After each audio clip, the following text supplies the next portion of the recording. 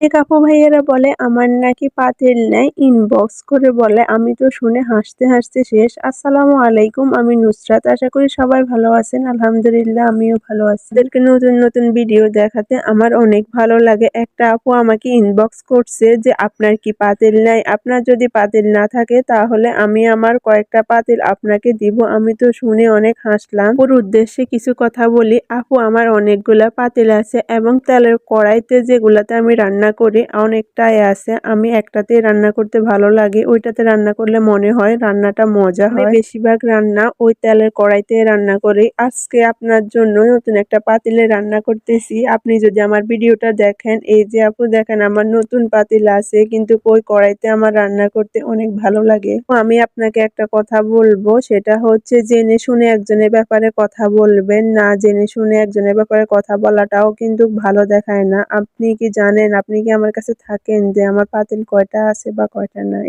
যাই হোক, এসব ব্যাপারে আমি আর কোনো কথা বলতে চাই না। এদিকে আমি আজকে গরুর মাংস রান্না করব, সেজন্য আমি মশলাগুলা কষিয়ে নিতেছি। আজকে গরুর মাংসটা রান্না করব বুটের ডাল দিয়ে। বুটের ডাল দিয়ে গরুর মাংস রান্না করলে আমার অনেক ভালো লাগে।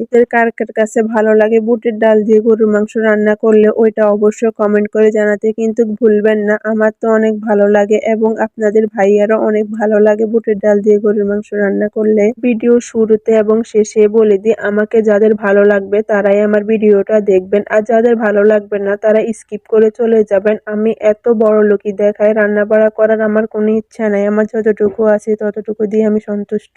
শুধু টাইম পাস করার জন্য ভিডিওগুলা বানাই, আর টাইম পাস করার জন্য ভিডিওগুলো আপনাদের সাথে শেয়ার করি। সারাদিন কি করি না করি তার মাঝখানে যদি নেগেটিভ কমেন্ট আসে তাহলে তো মন খারাপ হবেই, তাই না? কতটা বিবেকহীন হলে বলে যে আপনার পাতিল কি একটা, আমি আপনাকে পাতিল দিব। একটা সংসারে কি একটা পাতিল দিয়ে রান্না বাড়া করা যায়? আপনারা অবশ্যই কমেন্ট করে জানাবেন আপু ভাইয়ারা।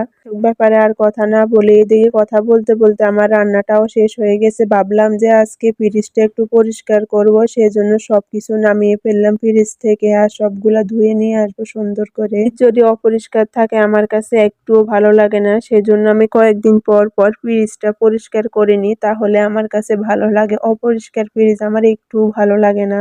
পরিষ্কার করে সুন্দর করে সবকিছু আবার গুছিয়ে রেখে দিলাম। আমার একটু ভালো লাগে না সত্যি কথা, ফ্রিজ অপরিষ্কার থাকলে। তো আমি কয়েকদিন পর পর ফ্রিজ পরিষ্কার করি। বারবার একই কথা বলতেছি। এদিকে রান্না শেষ, রুমে নিয়ে আসলাম রান্নাটা, এখন সবাই মিলে খাবো। কয়েকদিন থেকে আপনাদের ভাইয়াকে বলতেছি মেয়েকে ড্রয়িং খাতা, পেন্সিল, রং এগুলা এনে দেওয়ার জন্য। আপনাদের ভাইয়া সময় পায় না আনার জন্য, তাই আজকে নিয়ে আসলো। কেমন হয়েছে অবশ্যই কমেন্ট করে জানাতে কিন্তু ভুলবেন না।